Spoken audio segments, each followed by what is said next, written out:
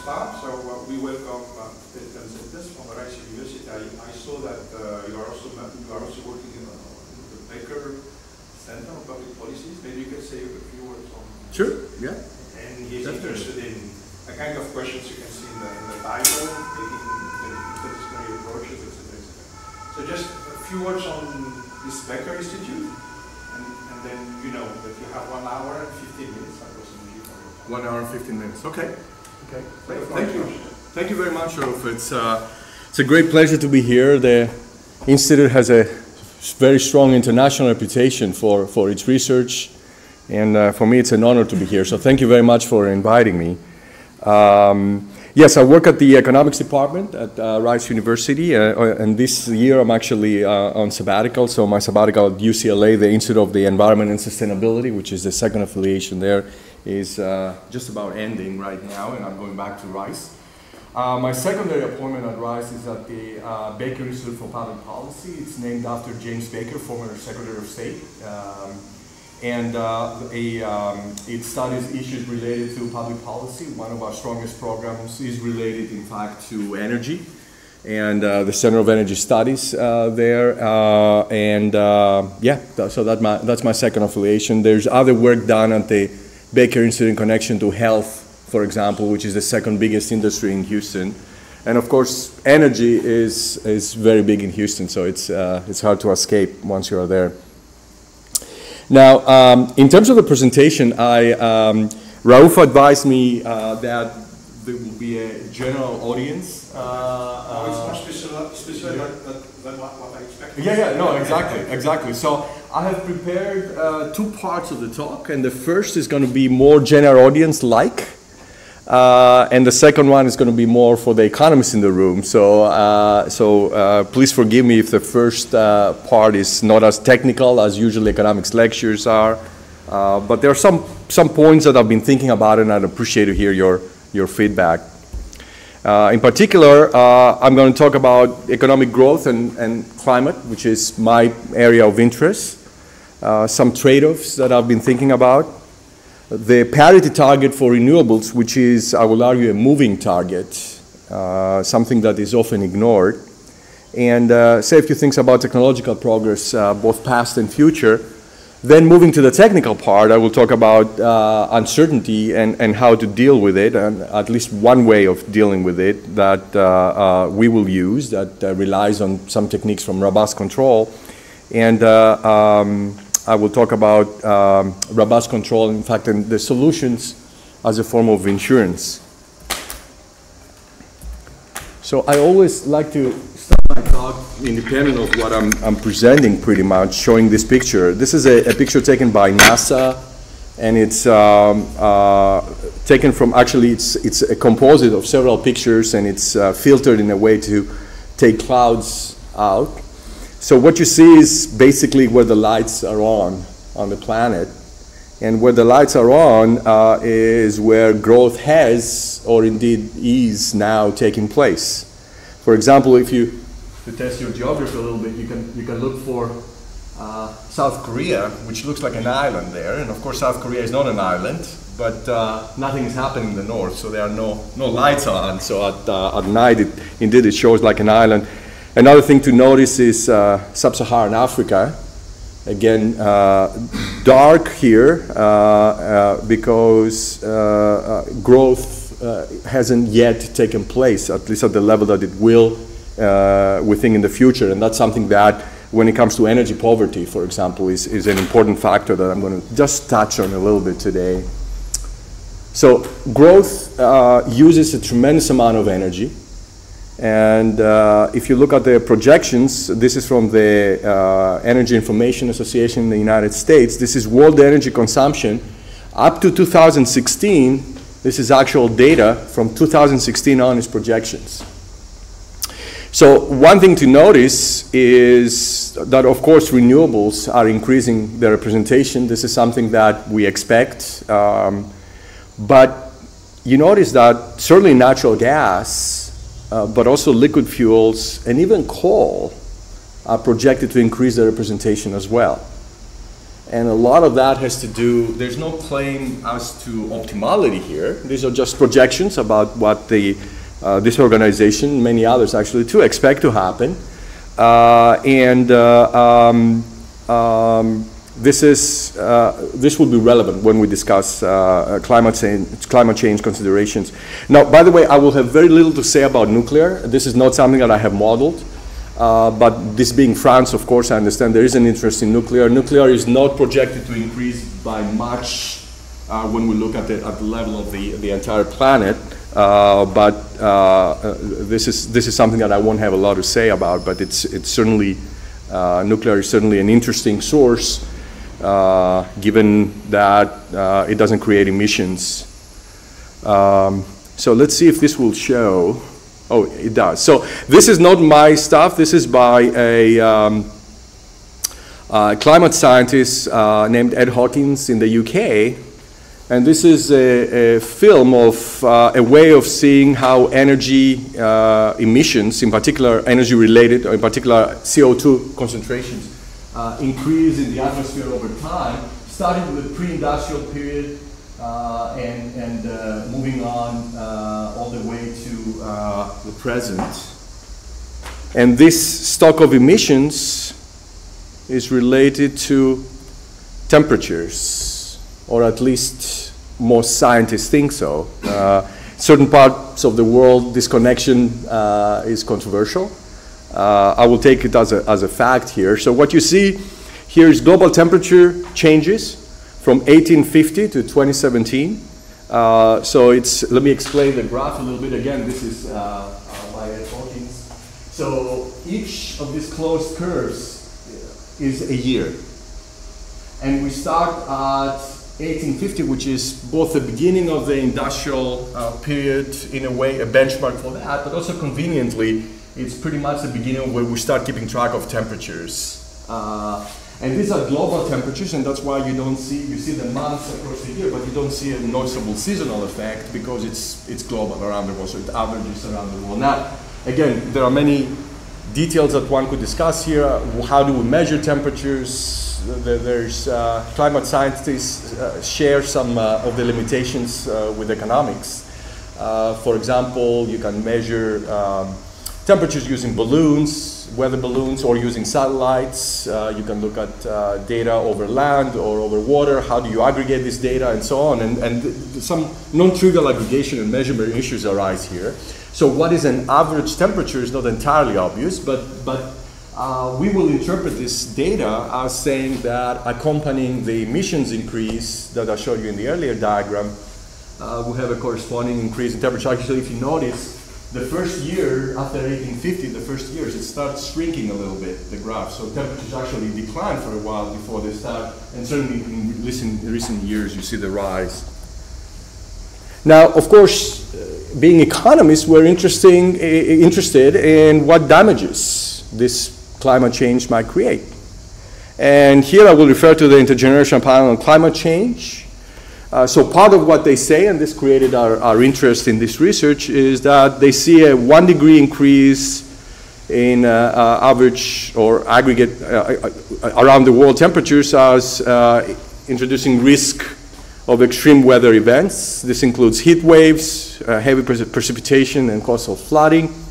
Above 2 degrees, high risk to crop yields and water availability, and an additional 1 to 2 degrees they view as creating moderate risks to global economy. This is partly what we want to measure, and that's partly what our exercise is all about.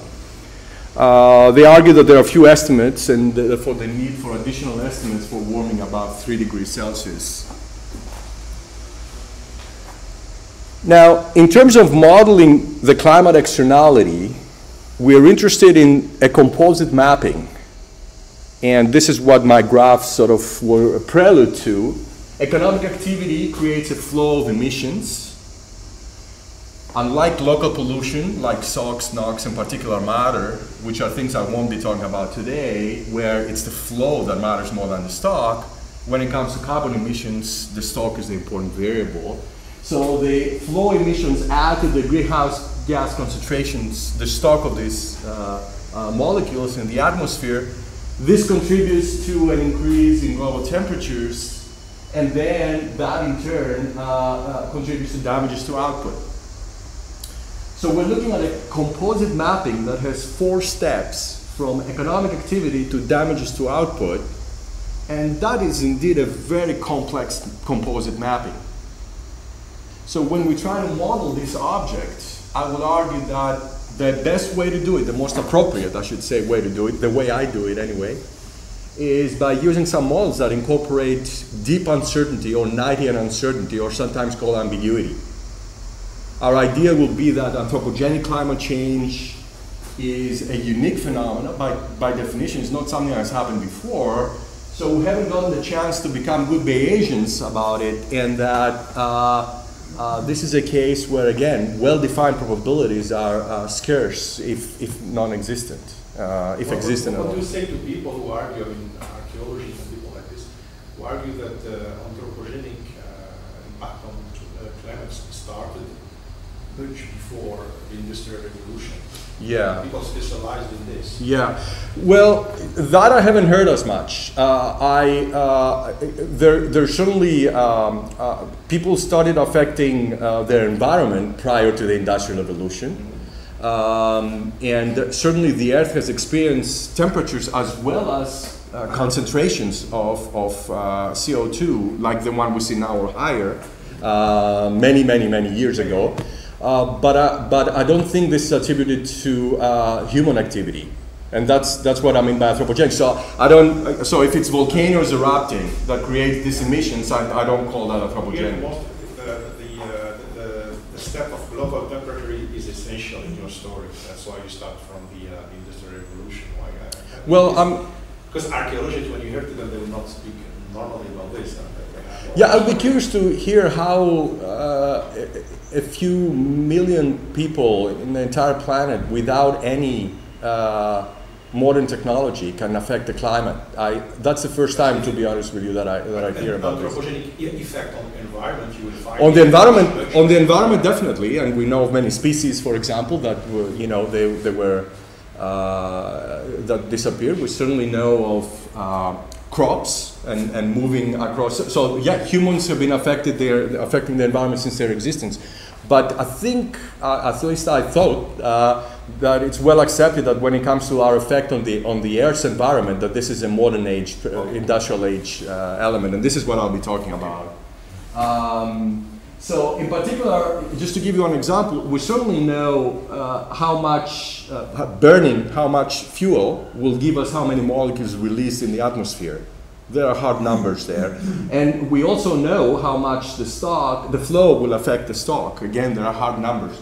But when it comes to the mapping, the last 2 parts of the mapping between concentrations and global temperatures, and in particular, when it comes to global temperatures and damages, we'll argue that this is a very complex object, too complex to assign sort of Bayesian priors around.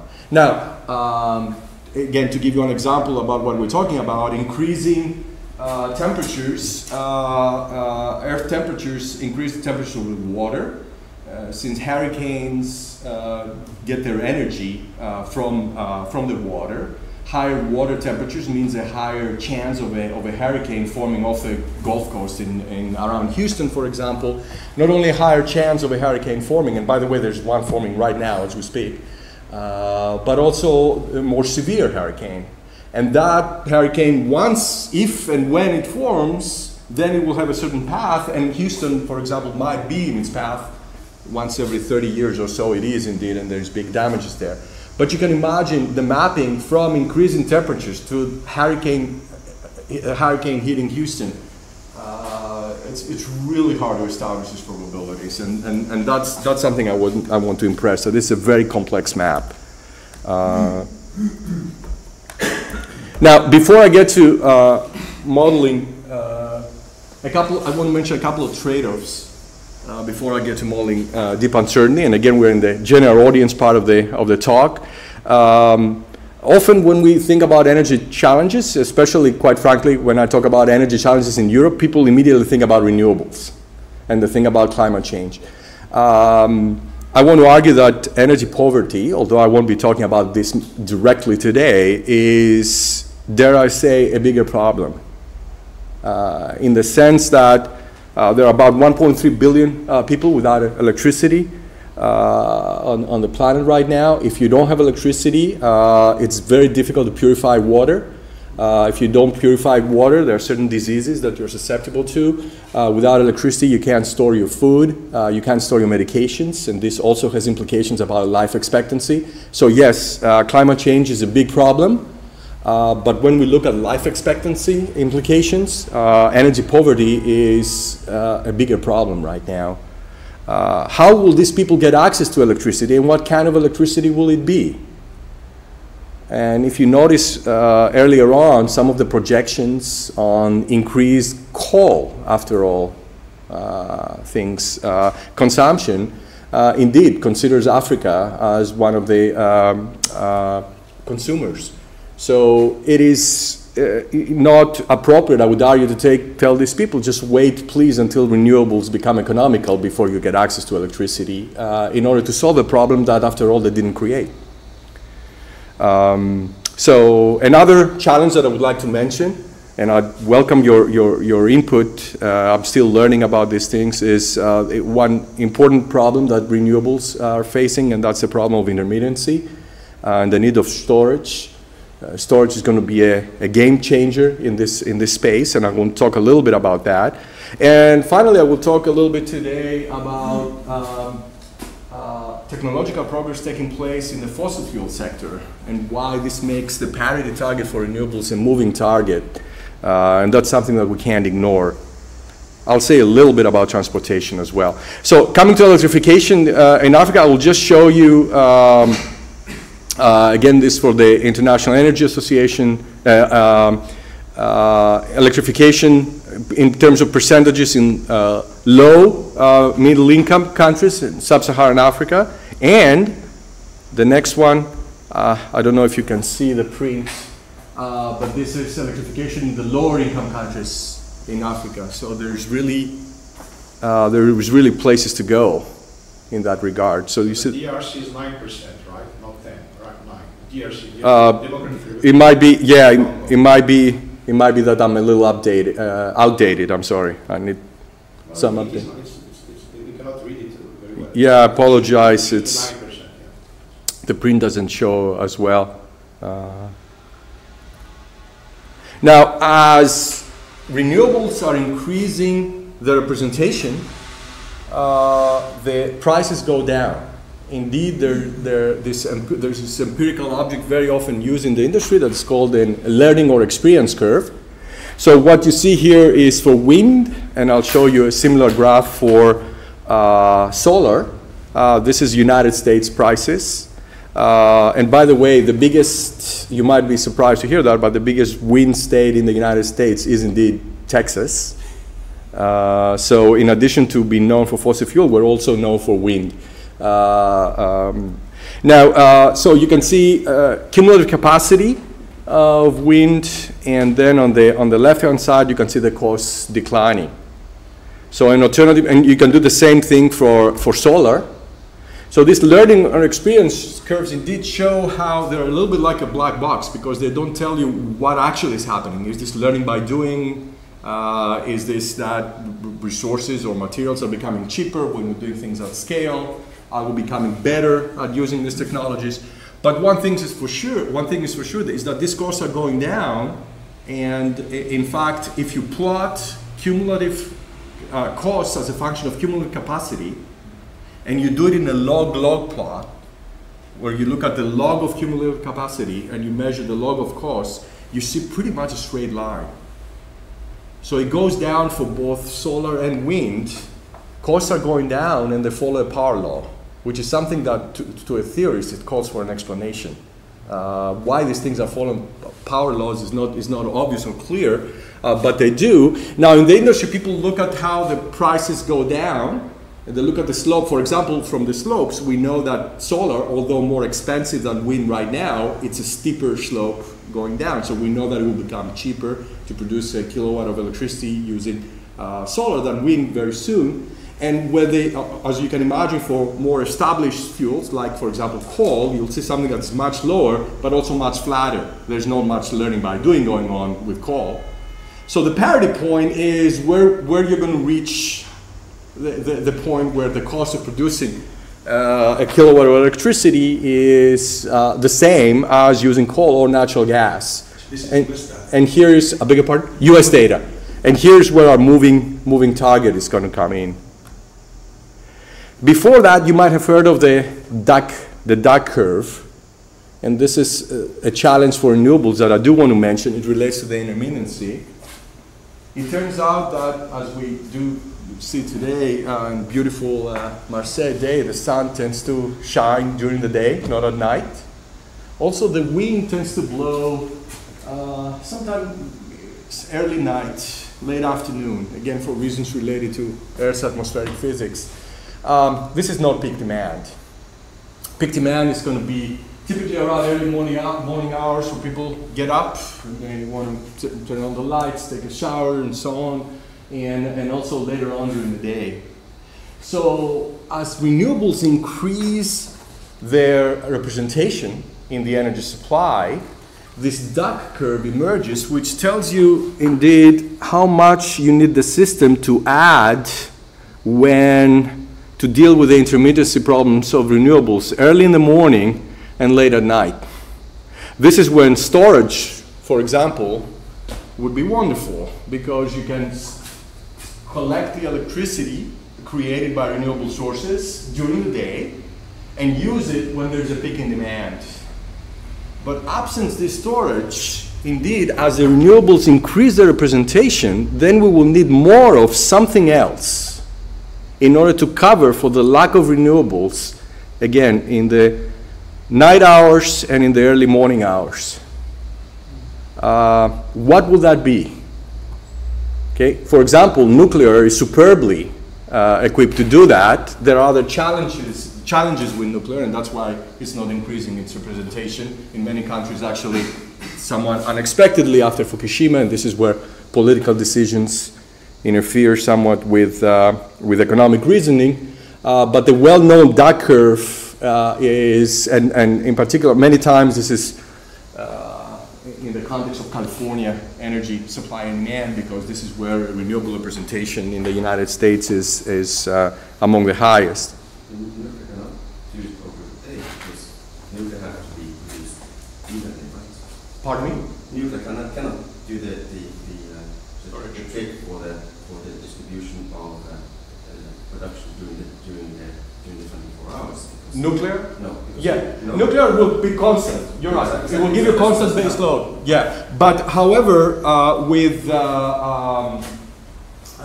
and this is where storage technologies actually might affect the mix in somewhat unexpected ways. You can store some of the surplus during the day that nuclear creates it, because, as you said, it operates at the fixed level, and then use it when demand is higher during the night where renewables are not there. So many times storage is hailed as a game changer for renewables, but I think should storage emerge, it will affect the entire mix, including nuclear. Yeah, that's a very good point. So when it comes to storage, again, it's surprising, but this technology is not there yet. This is one technological frontier. Most of the time, we're talking about pumped storage. So if you happen to have a body of water around and an elevation, you can pump that water when, let's say, the windmills are turning, bring it up to an elevation, then create potential energy. Later on, use it as hydro. That's one example. There are other techniques like flywheels that use inertia and angular momentum, batteries of various kinds, and there's a lot of research going on in compressed air.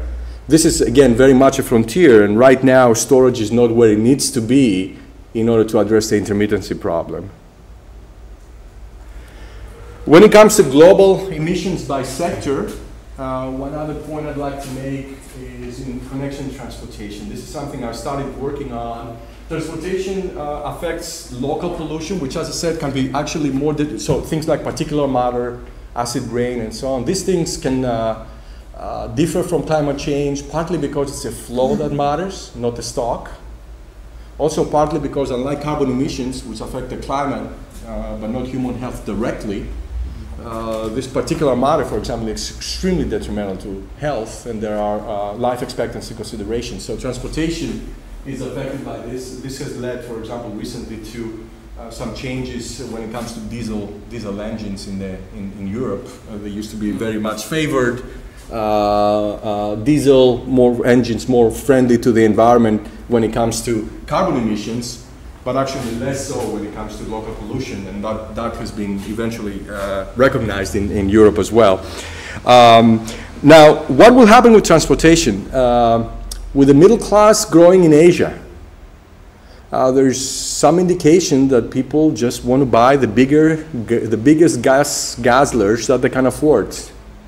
Very much like Americans do. So if you look at transportation, local pollution, and demand for automobiles and emissions, most of the increase is not coming from the OECD. In fact, the OECD is pretty stable. But it's what happens outside the OECD. So that's one part that I expect will become more relevant, again, both for carbon emissions, but also for local pollution as well.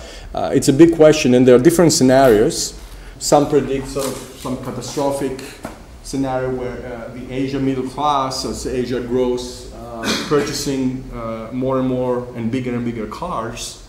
Others see technological progress, sharing arrangements, electric cars, and so on, being moderating that effect. This is, I think, an open question and remains to be studied. It's all about public policy. It depends which kind of decisions the Chinese or Indian governments will take. Because in Nigeria, for example, we have similar problems. Mm-hmm. An increase in energy consumption, consumption of electricity most of the time for cars, by more than 6% yearly in the last 10 years. So then, at the end of the day, and the country was importing more than 500,000 cars per year.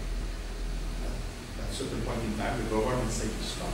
Yeah. No more import, we will not import more. And do what? Because, you know, the problem is somewhat more involved. If you don't import new cars, then you're stuck maybe with some older technology that is not necessarily. That's it. And then the idea is to replace this, but it is a smooth replacement scheme there. Yeah, it's policies, of course, will be relevant, absolutely. Sometimes there are unintended consequences. I remember when I lived in Greece, they introduced the scheme where when your number plate ended in an odd number, you could go in the city on Mondays, Wednesdays, and Thursdays, and if it was an even number, you couldn't, and so on. So the condition whether you can access the city in order to alleviate some of the pollution. I wanted to say that technological progress is of course needed, it's more long-term, but you have to take short-term decisions. Yeah. All I'm saying is that policy can sometimes affect things in unexpected ways, and it can even be on occasion detrimental. But yeah, it's an open question. Now let me say a little bit about the moving. My point about the moving target for renewables. There was a theory that was developed by a geologist called Hubbard, and this was called the peak oil theory. And this was a very simple and very intuitive, and in fact, looking at the data, which are the black dots versus the blue curve, which is the prediction, it was doing very well. And the idea is simply that fossil fuels are a limited resource. Therefore, at some point, we're going to reach, you're going first among the most available one, then you're going to go deeper, then you're going to go offshore, then you're going to go even deeper. It's becoming more and more costly. After some point, bless you, you're going to reach a point where you're going to have maximum extraction, and after that, you're going to start, extraction will start declining. And that theory was working very well until it stops until around 2000, and I'll show you exactly why. Because then this happened. Excuse me, yeah. These results are applied for what country?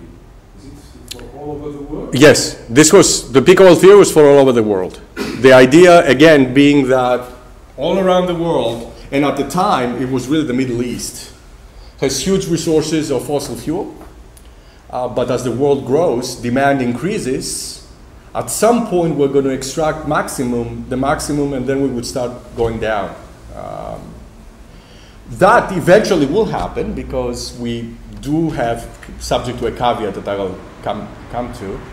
But what that theory was missing is unconventional, and you see, it was in fact right. There was a peak around 2000, a little later. And if you look at conventional resources, indeed, the extraction is going down. So whatever missed is the shale revolution. And what I mean by that is not that resources from shale are there, that was known since the early 1900s to geologists, but that together with hydraulic fracturing and horizontal drilling, you can actually get these resources out in an economical way. The increased supply from shale, both oil and gas, is what has created, again, the result of the shale revolution, what has created that moving target for renewables, because technological progress makes these prices lower and renewables simply has to compete. Renewables have to compete. These are the world shale oil and gas reserves. Again, when I think of shale, I don't think usually of France, but since we are in France, see, most of the deposits that are known in France are around Paris and around Provence. It will be very hard to take advantage of them, to convince local populations, I think, take advantage of them. But one point I want to raise is that shale resources are incredibly plentiful. Shale, which is the source rock, this is where the oil and gas are actually created. What we call a conventional reservoir is stuff that escaped from the shale rock and moves up because it's lighter, lower density, and at some point it's trapped maybe by a salt dome or something like that, and that is what we call a conventional reservoir. So whenever you have conventional resources, you will have an even bigger amount of unconventional resources around. So this map grossly underestimates what's around. For example, if you look at Saudi Arabia, you see it's mostly empty. That is not because the shale stuff is not there. We know, in fact, we know by talking to Saudi Aramco engineers that there's plenty there. It will just become available at the right price.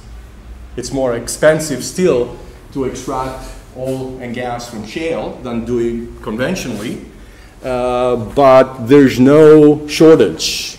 The challenges are more related to, the way I really like this former Saudi Minister of Oil quote. It says that the Stone Age did not end because humans ran out of stones. Humans discovered that bronze is a more effective way to create tools to kill each other, and they moved from stones to bronze, and then to iron, and so on. By analogy, the fossil fuel age is not going to end because we're going to run out of fossil fuel. It's going to end because we're going to make a technological leap to something else. As I mentioned, shale is a very common rock around the world. And there are large, unless it overcooked, which can happen, but most of the cases are such that you will find lots of unconventional wherever you have conventional. Incidentally, another resource that is not explored is offshore shale. The shale plate doesn't end on the shore. So you can do fracking and horizontal drilling offshore. It's just way too expensive to do it at today's prices. But as we are running out of other resources, prices go up. There will be plenty of economic resources there. In fact, if we're looking for carbon molecules on the planet, there is another source called methane hydrates, frozen methane in the bottom of the ocean, that in terms of carbon molecules, they dwarf all the unconventional resources on the planet, which in turn dwarf all the conventional ones. So there is really another resource which is again not economic, in fact not even technologically feasible to get to that right now. Both Japan and the US Department of Energy are doing experiments on methane hydrates. But in terms of the carbon molecules, we're not about to run out anytime soon. What about this offshore shale research? In the previous map you showed, no, it was all about... It was all onshore. No estimate about this, right? There are no public estimates. No public estimates. Yeah. But this is something that can be done right now. Methane hydrates is something with the technology to even explore that is not there yet. They can do it only at a small experimental basis. With offshore fracking, that is not a problem. but it would be done at a very high price, which doesn't make economic sense right now. Nobody knows right now about estimated reserves and where they are. I wouldn't go that far, but I would say that there are no public estimates, at least not the ones that I have seen. Private information. No. I don't have private information, but I can tell you for sure that there is more onshore than you see right here. I did mention this Saudi Arabia as an example. We think that there is plenty of resource out there. You can think of that as speculation on my part, maybe informed speculation. So fracking is legal in North America, as we know, and nowhere else, no, right? Actually, this is not true. So many of the challenges when it comes to fracking are what in Houston we call above ground problems. So in China is a place that tried this. What's missing in China is the service companies like Halliburton's and the Schlumbergers that have the technology to do that effectively. Another country that tried very hard is Poland. As you can imagine, Poland will try anything to escape from the dependency from Russian gas. The problem with Poland was more a geology problem. So the shale rock in Poland is more clay-like, and it's harder to frack because it's not dry. You need some dryness, and it's more clay-like. So there's no political problem. No, Poland tried very hard to do it. The U.S. companies who were there assisting weren't successful, and eventually they pull out. These are new technologies, and the people are still figuring it out. Now, another important aspect that I will mention that led to the shale revolution happening in the U.S. is mineral rights. So, as you might know, the United States is unique in the sense that, almost unique in the sense that when you own property, a field or a house, you also own the rights to whatever is below, the subsurface. So when the guys from these companies come and tell you, hey, in your farm, maybe it's a wind farm even, or maybe you're a farmer, would be interested in actually using this for shale, let's say, exploration, you have the incentive to say yes. Less so in countries like most countries in Europe where you actually don't own these rights. The state owns these rights. And then you're thinking, look, I'll give this permission, what is it in it for me? There's the possibility, and shale has gotten some pretty bad publicity, of contaminating water, which, by the way, should not happen if things work properly. It's just should not happen. The technology is there to make it safe in that regard.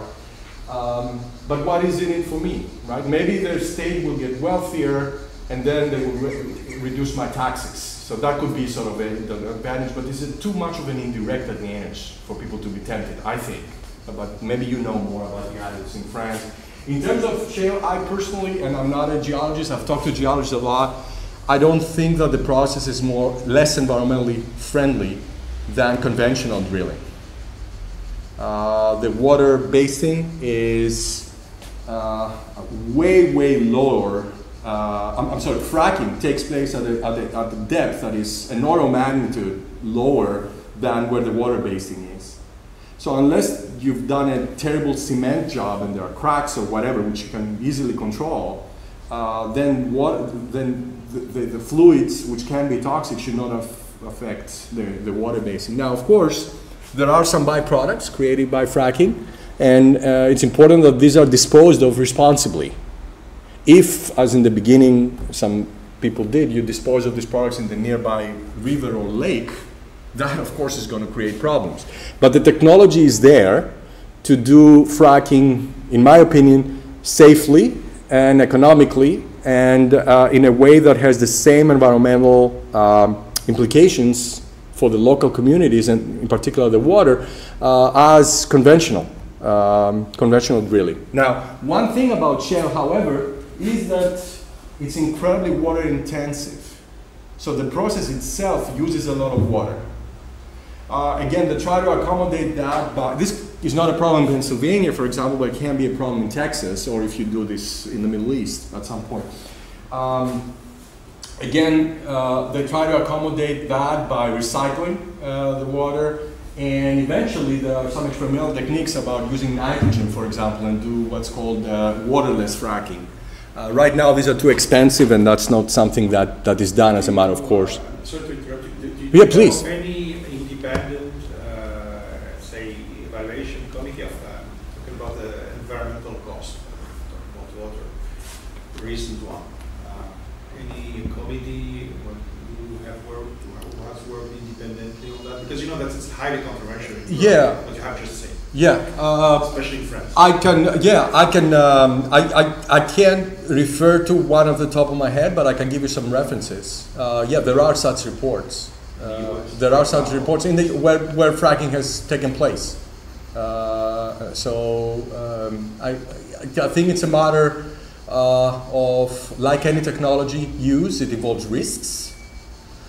These risks are manageable, and it's something that, again, can be done in my view, from what I've seen, at the same risk as a conventional drilling exercise. To see the reports, if you have. Yeah, sure. I can give you some reference again. And again, I'm not a geologist, okay, but where the water lies is very much close to the surface relative to where fracking taking place. So there's no way for the fluids to escape through the rock that you're fracking and reach the water supply. You can have a problem of contamination of deep water reserves, no? No, because these deep water reserves are nowhere close to where fracking takes place. Fracking takes place much lower than when even the deepest water reserves are. The way you can have contamination is if as your fluids, so the way you do the well, and then you have a cement casing of the well. I'll come to you in a second. Then you have a cement casing. In fact, you might have, multiple. Now, if that cement casing has some cracks, then as your fluids are coming up, they could escape through the cracks when they reach the level that is close to the surface, where the water is much closer to the surface. But if you have a proper cement job, this should never happen. The biggest problem is really, are you going to dispose of your fluids responsibly? And that's something that wasn't always happening, is my impression. There's no long-term risk on soils, on fragility, that is not fragilized? No, some effects that, if you are referring to earthquakes, which is, there's something that has been experienced. To my knowledge, this was not related to fracking itself. So far. It has been related to something else. So sometimes, in order to store these fracking-induced fluids, they have these so-called injection wells, where you could go somewhere, make a well, and put this under pressure. If you put these injection wells close to a fault, a geological fault, you might indeed get some earthquakes, and something like that happened, I think in Oklahoma, among other places.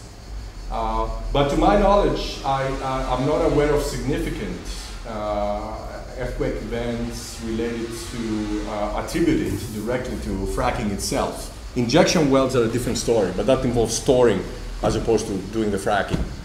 Sorry, you've been very patient. Yes, just to add the question about this problem of fracking.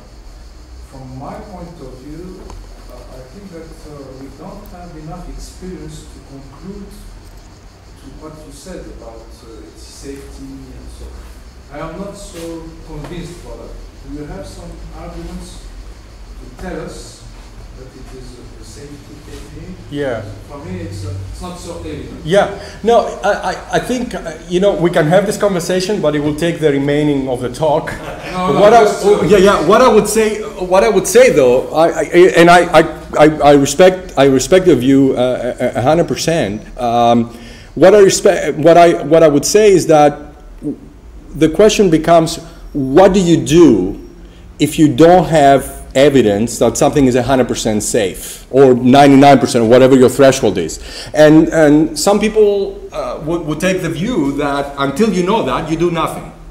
Yes. Others would take the view that, let's let's pursue this, and if it becomes a problem, then we see if we can develop the technology to solve it. So these are two different attitudes.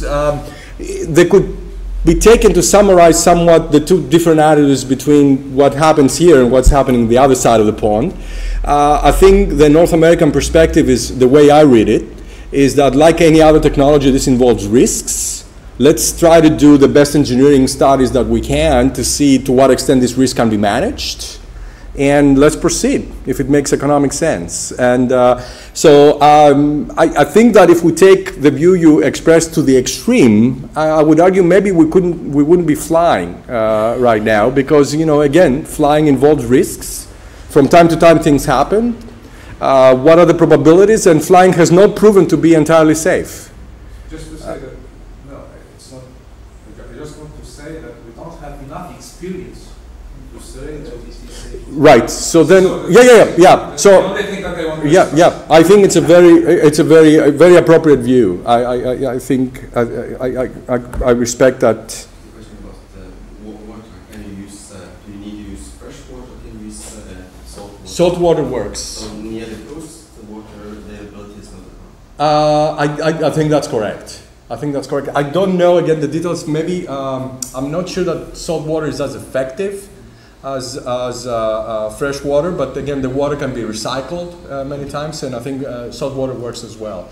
Yeah, you're right. So this is more of a problem in places where water availability is not present. I would like to draw another example. How much time do I have left? Well, actually, it was. Am I out of time? You have like 35, 40 minutes. Okay. Okay. Thank you. So I'd like to mention another environmental crisis for a minute that you might or might not be aware of, and this is the Great Environmental Crisis of 1894. And I didn't make a mistake with the dates here. It is 1894. I'll give you guys a couple of minutes to think about what this could be. We know it very well.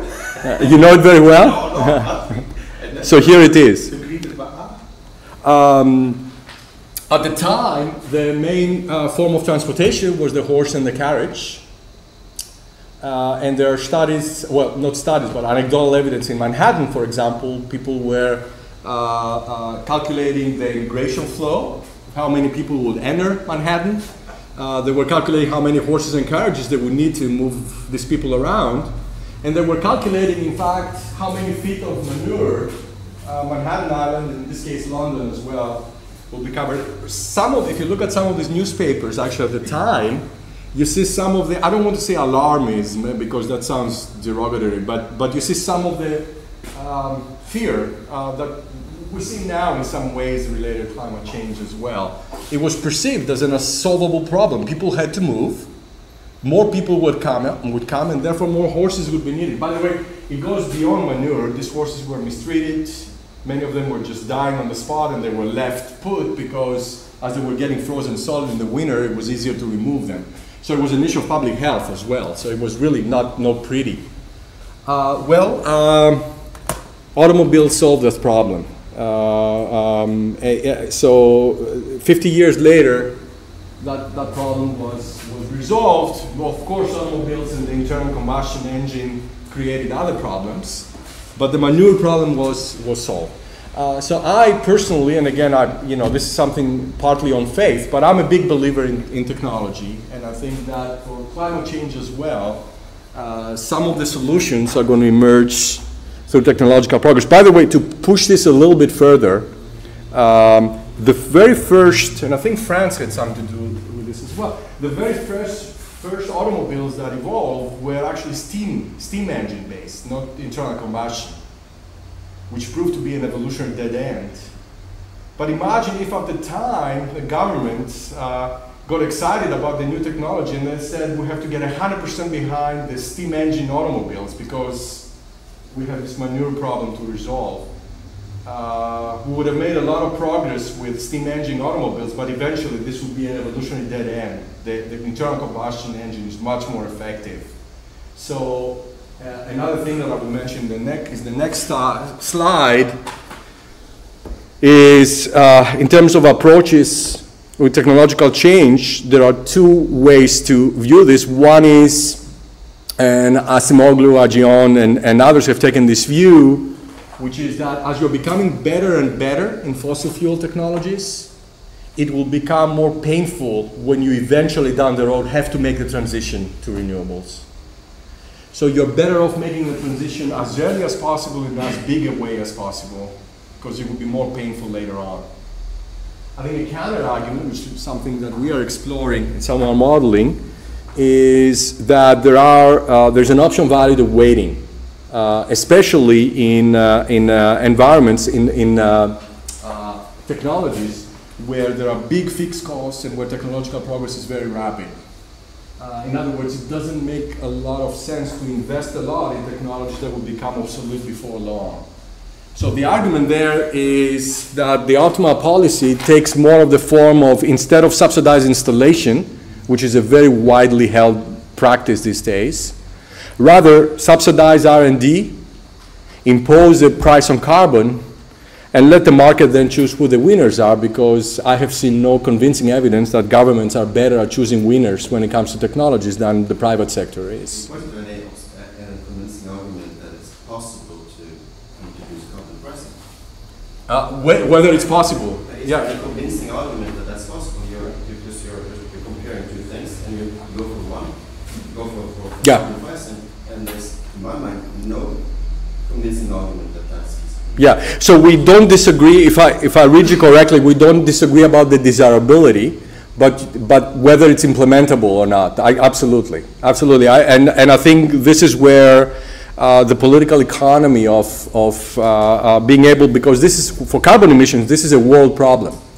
So the political economy of being able to establish these markets globally, that's a huge challenge. I completely agree with you. And in some ways, Europe, we see it, if I can say this publicly, this is my own opinion, are shooting itself on the foot a little bit with some of these environmental policies. They make energy supply more expensive than, let's say, what it is in the US. And in terms of what they contribute to climate, actually, I think it's a small contribution given how clean and how small Europe is. The vast majority of emissions are not coming from Europe and will not be coming from Europe increasingly. So looking at some of the environmentally friendly policies that turn to be somewhat costly for the local economy is something that it's hard for an economist to understand, although I see why Europe certainly aspires to giving a good example to the world. Just one point on what you mentioned. Yeah, if you don't mind, as I'm listening, I will. Broad discussion of what you talking about your first approach about subsidizing and not investing too quickly, too big, or not too massively on new things because of obsolescence. You mentioned, you start talking about the American Economic Review 2000 something. One of the papers is there. Yes, but what is specific here in the argument, because this is the kind of things we have been studying in vintage. You know that I contributed a lot to this vintage. Yeah, of course. This is very obvious for us. So what is the new thing? Yeah. So you're asking me to place the paper in the overall literature. Argument. This is something very novel. So one could go even further back and trace the contribution in some of your earlier work. I wouldn't be surprised. One thing that I remember in the paper that seems to be specific is that they look at data on patents, R&D data and data on patents. That's to estimate the pace of energy saving or environmental technological progress, not more. That's right. So it's very. It's an obvious argument. Yeah. It's very possible. So I should ask you about the second argument then, which is the argument that we. Okay. Yeah, I'll be happy to discuss this with you guys, because this is something that we are working on and we haven't found yet the right setup. So I would very much welcome your input. So the last thing, and some of you have seen this before, is to talk a little bit about our approach, and this is based on joint work by Xin Li, who was a student of Borgen and myself, and Xin is now at the IMF, and Borgen was a professor at Rice, who has since moved to the Federal Reserve Board. I already mentioned this mapping. I want to argue a little bit about this risk versus uncertainty business. So many times actually in everyday language, sometimes even in economics, we use the terms risk and uncertainty as synonymous.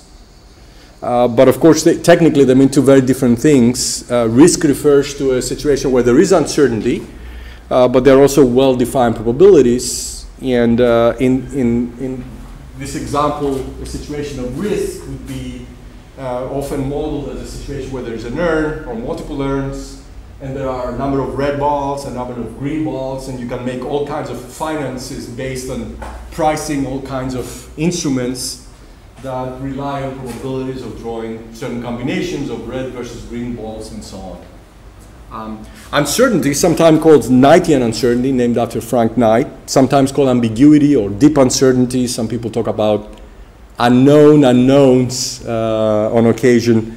So it refers to a situation where you know that you have urns, therefore you have some uncertainty, you're going to be drawing some balls. You might have some representation about how many green and red balls, but you didn't have enough experience with the system. So it's more like you know about the total number of balls, but you can't really have green and you can't really price these bets. So what do? First, we want to argue that where we stand related to climate change, partly for the reasons I mentioned earlier, that anthropogenic climate change is unique in our historical perspective, lies more in the uncertainty than in the risk category. The second is, once you buy that, and that's what we do, so I hope you do, what do you do about it? So then we come from two different points of view. Modeling can come from two different points of view, which thankfully converge. One is from decision theory. So for motivations related to Ellsberg paradox considerations, Gilboa and Schmeidler wrote a beautiful paper where they weaken the independence axiom and get a utility representation that has a max-mean feature. So we will interpret this as worst-case scenario optimization of the kind. Why do we think it's important? Well, because when you depart from rational expectations and enter what Tom Sargent calls the wilderness of non-rational expectations, we certainly think it's important to have axiomatic foundations, and Gilboa and Schmeidler give you these axiomatic foundations. Another approach, which is somewhat closer to what we take here, comes from robust control in engineering. So robust control has been it originated in the 80s, mainly in the engineering and applied math literature, but by now it has become the dominant approach in control theory. The idea there is that, partly motivated by uncertainty considerations, although uncertainty is not more explicitly used by engineers, you want decision rules that perform, quote unquote, well, not only at the right specification of the right model, but as perturbations of that model, because you're not sure that you have the right model.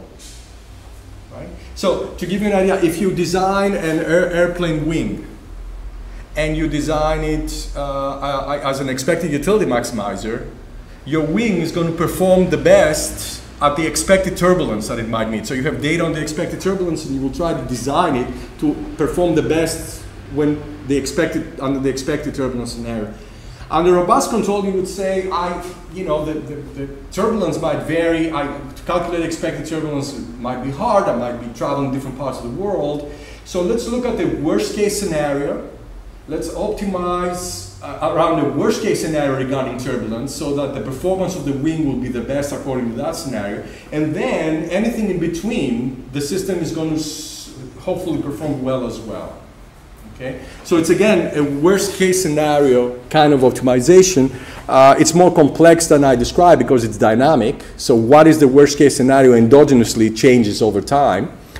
And of course, these techniques are not directly applicable to economics. The engineers use linear quadratic problems very often. We want to go somewhat outside that category. The problems are typically deterministic and they don't involve discounting, and economic problems include some of these complications. Time horizon is finite in engineering. Time horizon is also finite in engineering problems. That's right. That's right. That's right. Although, with discounting, none of these topological problems that might arise infinite horizon problems arise because of discounting. Basically, we have utility functions that are continuous subject to some strong topology, so you don't have issues in that regard. All right, now I will try to tell you a little bit about how the setup works in the context of a standard growth model. And what I'm using, I could use many other setups, but the setup I'll be using is the setup in a recent Econometrica paper by Golosov, Hassler, Kursel, and Sivinsky. The reason we chose that setup, it's again partly coming from macroeconomics. It's the closest to a macroeconomic growth model. Environmental economists are not as happy because some of the things are ad hoc here. And of course, one of the things, and let me take right away admit this limitation, one of the biggest challenges about climate change is that it affects the planet diversely. And some of the places and people who will be affected are, unfortunately, some of the people who are in the poorest countries and who had the least to do with creating the problem in the first place. Another way of saying this is that distributional issues are extremely important when it comes to climate change. And having said that, I am going to use a model that abstracts from distributional issues entirely. So in the spirit of macro models, it's as if you're looking at the planet from the 30,000 feet view, where basically you're looking at a representative household. It's a huge limitation. I will admit it, and then I will move on and do what macroeconomists do, which is move on with my representative agent models. I would love to have a way to deal with heterogeneity here, but I don't. So it's a growth model. Utility comes from consuming, a composite consumption good. And the difference is that output uses labor, which is supplied inelastically, and capital, but it also uses energy. And energy comes in three flavors. E1 stands, and these are aggregated through this production function, and this shows like a minus, but it's an equal in my slides. So it's not a typo, but it shows as a minus, interestingly, on the screen. So the first sector, E1, is the oil and gas sector. Produces energy subject to a feasibility constraint. We abstract from extraction costs. We have different representations. The way we do it here, we assume, because coal is so plentiful, we assume that coal and renewable technologies are produced through a linear technology, uses labor, and productivity grows at 2% a year. But we can treat coal the same way as oil and gas, and we also separate oil and gas. So there are different ways we've played with this model. The results are very similar, so I'm giving you the simplest version, perhaps. There are some limitations in what we do. We're going to use low utility, although this is a long-term model, so we think this is not too inappropriate. And we're going to assume that capital depreciates 100%, a big assumption, although a period for us is going to be 10 years. So 10 years makes it a little bit more tolerable to assume 100% capital depreciation, but that's what we do. Excuse me. Yeah. What do you mean by linear technologies? What's the meaning? He's not economist, huh? Oh, excuse me, I am not economist. I'm sorry. So I understood very well. sorry. I mean that they have this form where to produce energy from wind, let's say, there is some parameter A that determines your productivity, and that increases at 2% per period, and that's multiplied by the number of workers you use in the wind industry. Sorry about that. Okay. This is the more technical part of the talk, but I will. It's okay. I will. Yeah. So hopefully it will be. But I do want it to be. Now we're going to follow Nordhaus in studying economic damages by introducing this damage function. We do this in the capital stock, but you can equally do this on output. So this is an important point. So an alternative could be to say that people are directly affected, and therefore the utility is affected by pollution. We will do this as a shock to total factor productivity, effectively. Okay, that's a standard way for macroeconomists to model both adverse and beneficial shocks, going all the way back to Kinlan and Prescott. The idea here, again, to give you the intuition, is that, let's assume it's on capital, is that I have some capital that I'm planning to have for next period. Let's call that K prime tilde. But if the hurricane hits Houston, a fraction of my capital stock is going to be underwater. That capital will not be able to operate. So my actual capital, K prime, it's going to be what I was planning it to be K tilde, but shaped by this parameter e to the negative S prime times gamma. S prime is the carbon concentration in the atmosphere that evolves according to how much I burn, how much coal I burn versus how much oil and gas I burn. Renewable energy is assumed to contribute 0 to carbon emissions. And gamma is a parameter that connects the carbon concentration to damages. So where is gamma drawn from? The standard thing in the literature is to say that gamma is a random variable that is drawn from a known distribution. We assume that there is uncertainty, in the sense of Knightian uncertainty about this parameter, about this distribution pi.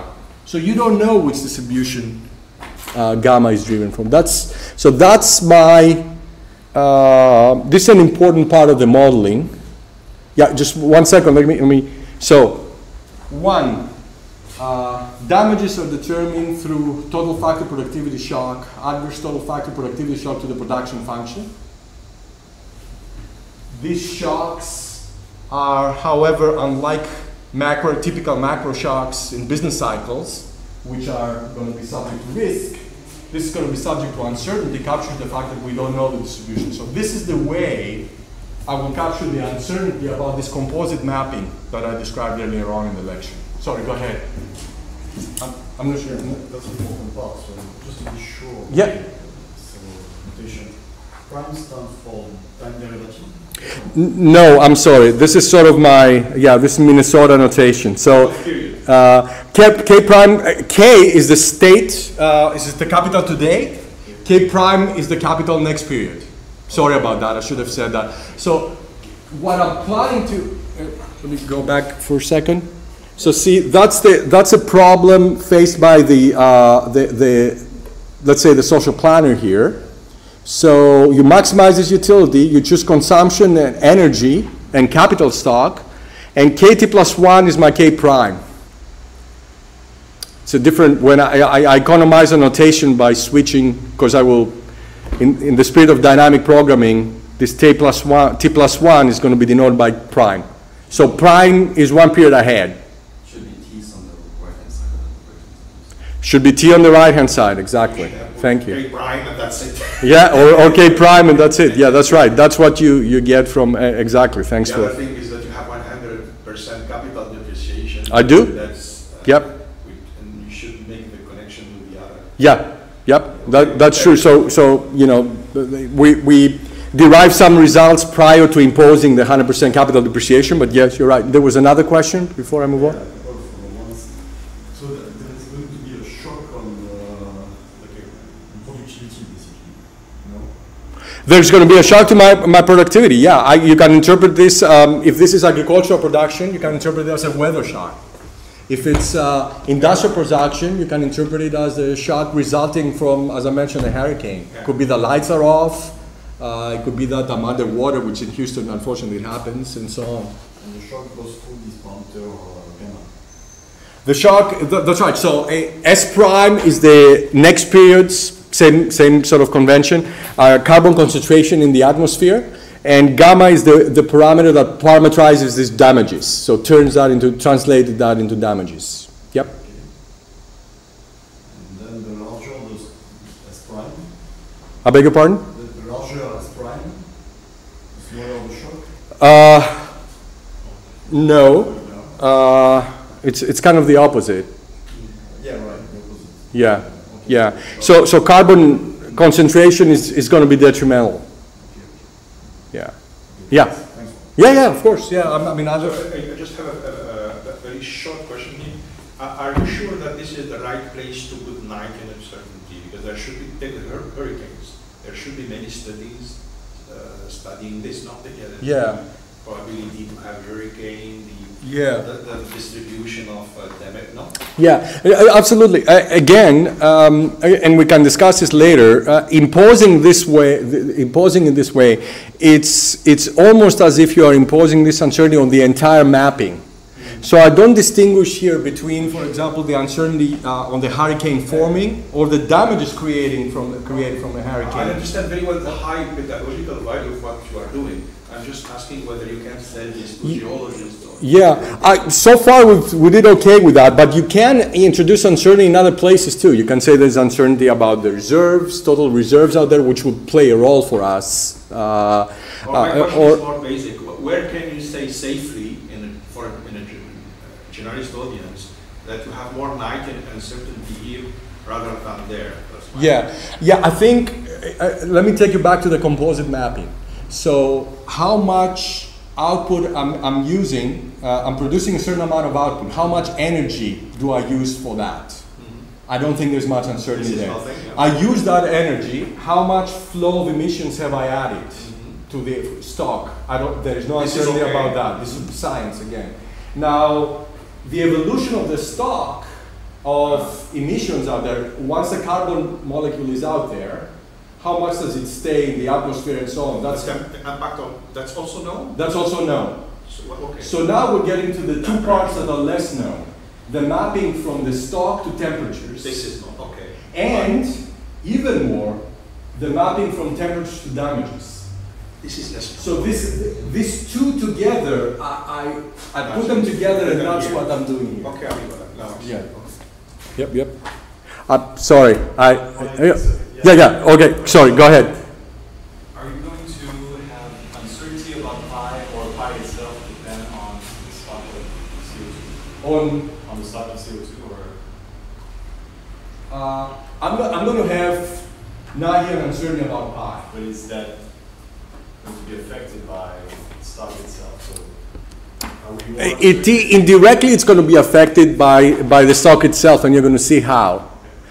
Because but this is just the sort of the way of solving this model, and this is where the dynamic game we were discussing enters. So it's as if this pi will be a strategy of a malevolent player who tries to maximize my misspecification. That's where the minimax comes from. So it's as if in the wing example, it's a game played by the engineer who designs the wing, and by nature, the malevolent player who chooses what turbulence to throw at me. So I know in the spirit of Nash equilibrium, if this was a static thing, I know what turbulence, I'm sorry, I have expectations about beliefs, more precisely, about what turbulence nature is going to throw at me. I best respond given these beliefs, in my energy use and so on, given these beliefs.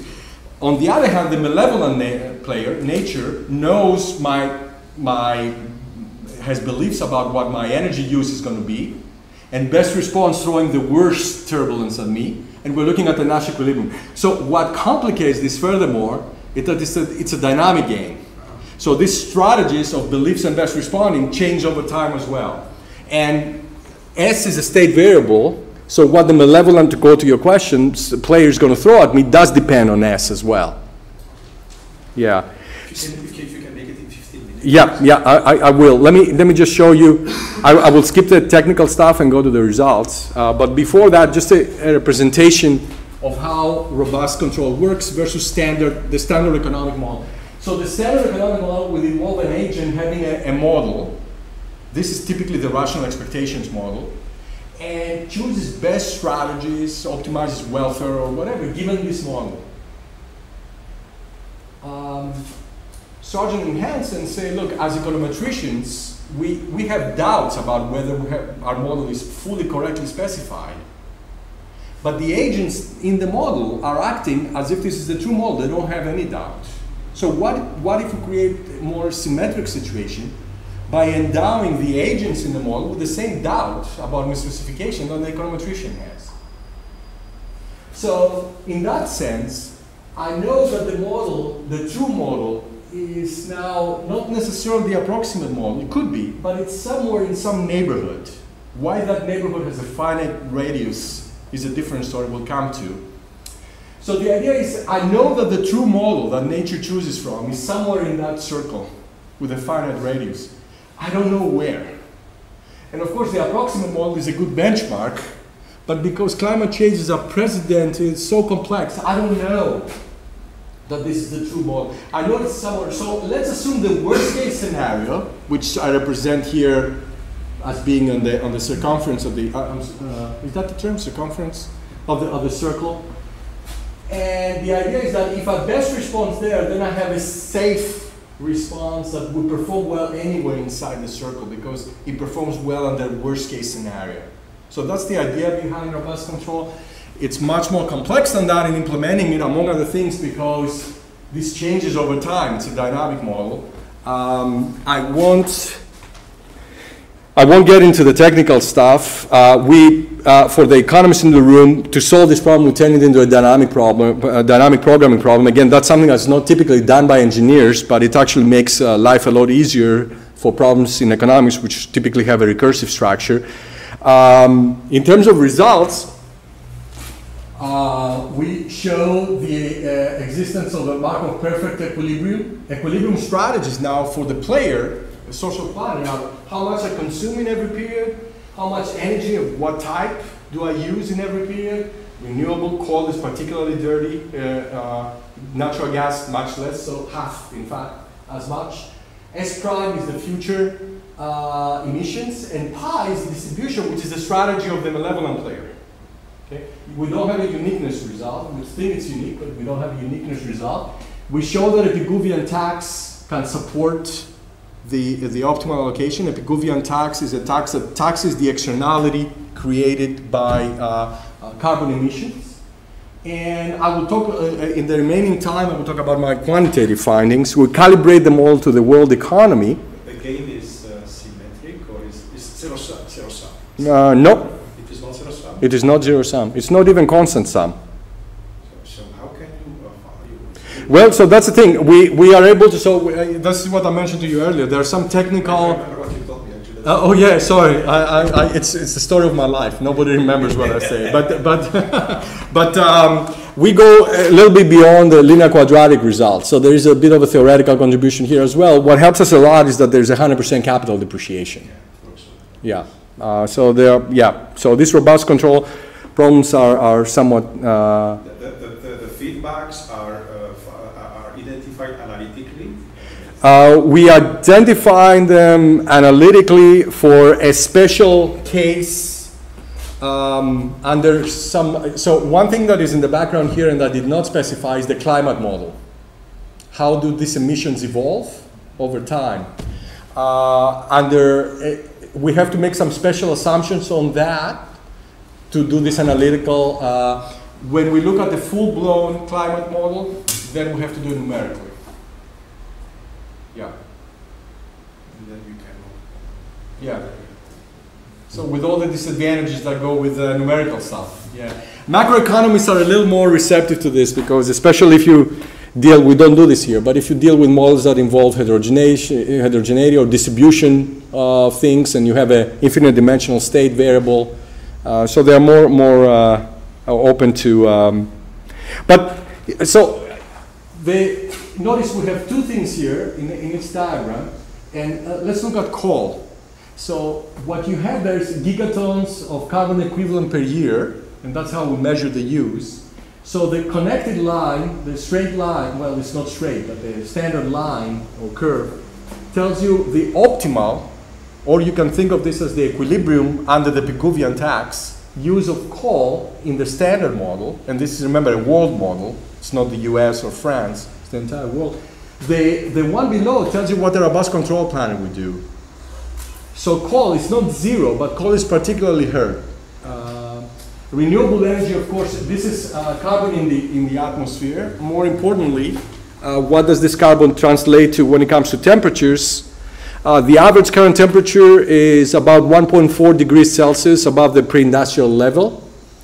So the carbon concentration, and then optimal carbon concentration in the next 200 years implies a temperature increase of 1.6 degrees Celsius in the non-robust part. but only 0.2 degrees Celsius in the robust path. Again, this extra cautiousness makes the transition to renewable energy faster, and it makes the, together with the Pigouvian tax that give this incentive, it makes the use of coal significantly lower, and natural gas takes where, for example, renewable energy hasn't taken yet. In the long run, it's all renewable energy. But before that, you have natural gas, and therefore a much more modest, I think I had the temperature diagram somewhere. Oh, I'm going backwards. That's why I don't see it. Here it is. So these are temperatures, optimal temperatures. And again, for the non-economists or non-economists in the room. So one thing that distinguishes this is that this is, when I say optimal, is from the point of view of economic growth. It's not optimal in the terms of conservation or anything like that. It's purely a homo economicus model, a model of an agent who cares about consuming stuff. I don't get, my agent here doesn't get any utility directly from preserving the environment. Cares only about economic growth. But economic growth is damaged itself by climate change, and therefore you have to accommodate that. So as a result, from the point of view of economic growth, I presented this recently to a group of ecologists, and the very term optimality was something that, you know, it means something different to them. So it's optimal from the point of view of economic growth, much more cautious approach.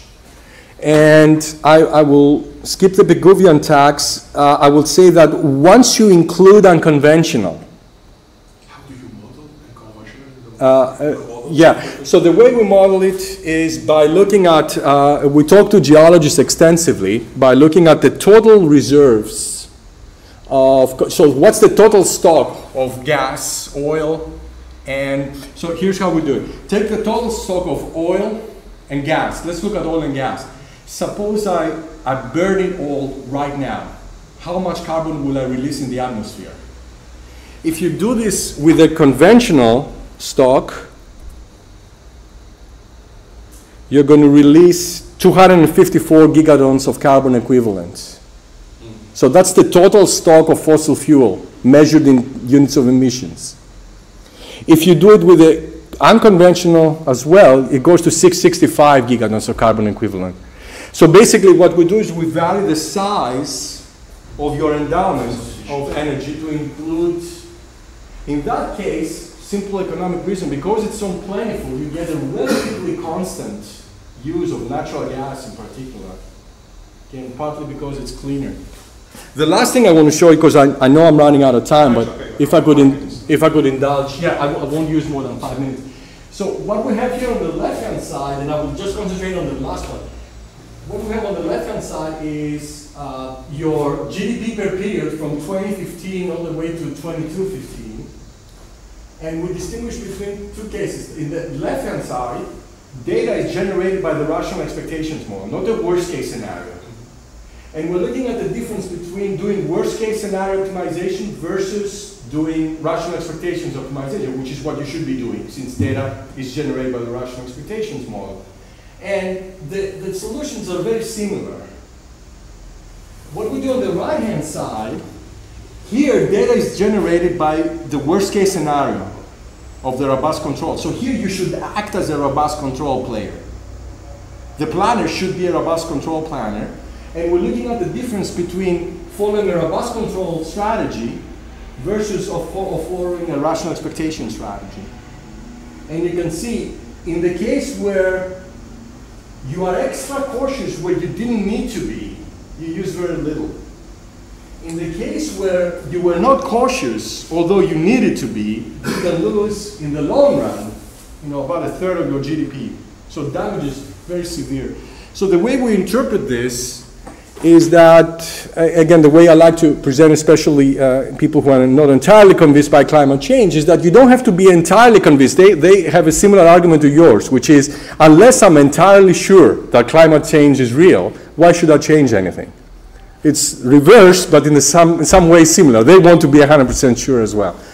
But what we say is we don't need to be 100% sure. As long as there is some probability that climate change is real, what do you do if there is a probability that you're going to have an accident when you drive your car? You buy insurance against that. It's a costly insurance. You have to pay your premium every year. But you buy this insurance because the bad scenario, should it occur, is very painful.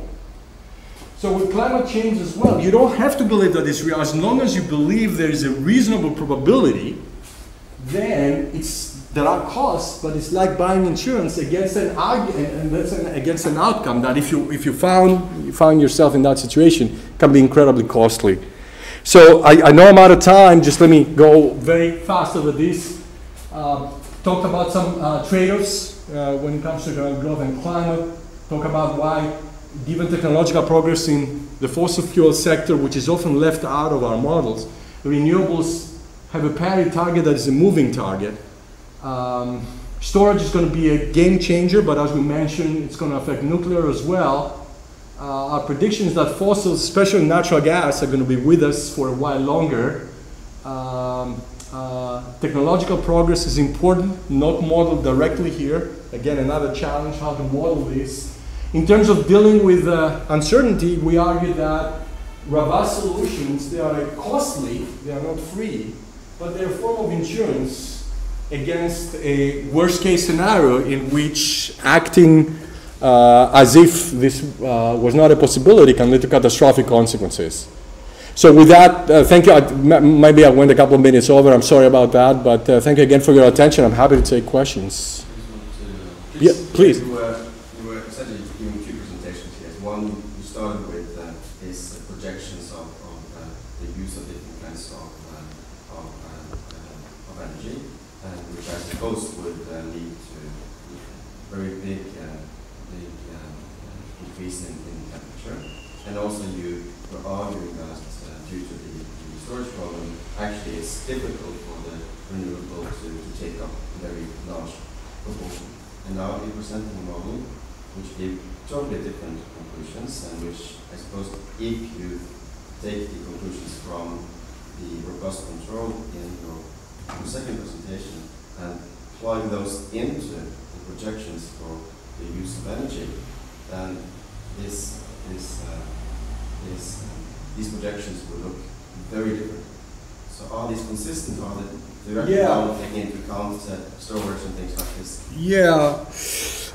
So I don't see them as being inconsistent. You seem to think of them as inconsistent. I want to be clear, however. The first part of the presentation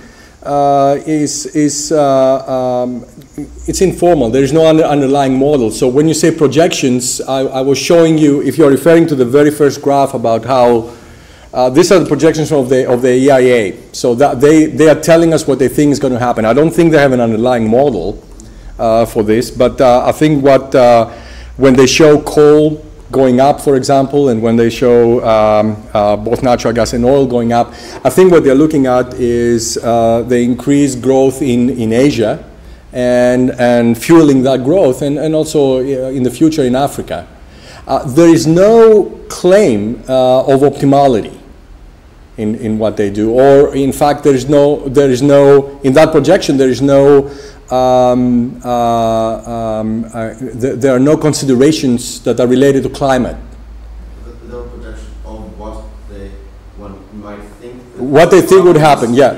These economies would follow. That's right. Definitely not follow the optimization of. That's right. So I think a way to perhaps reconcile them, if I understand it correctly, is to say that diagram in particular from the EIA, that's sort of like positive.